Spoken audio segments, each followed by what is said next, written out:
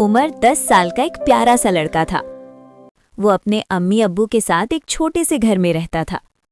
उमर का दिल बहुत नरम था और वो हमेशा दूसरों की मदद करने की कोशिश करता था।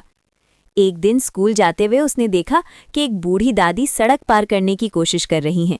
गाड़ियां तेजी से गुजर रही थी और दादी परेशान खड़ी थी। उमर फौरन उनके पास गया और अदब से बोला, दादी जान, आइए मैं आपको सड़क पार करवा देता हूँ। उसने दादी का हाथ पकड़ा और एहतियात से उन्हें सड़क पार करवा दिया। दादी ने खुश होकर उसे बहुत सी दुआएं दी।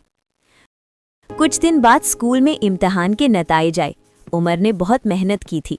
जब रिजल्ट आया तो वो अपनी क्लास में अव्वल आया। उस्ताद ने सबके सामने कहा, उमर सिर्फ पढ़ाई में नहीं बल्कि अखलाक में भी सबसे आगे है।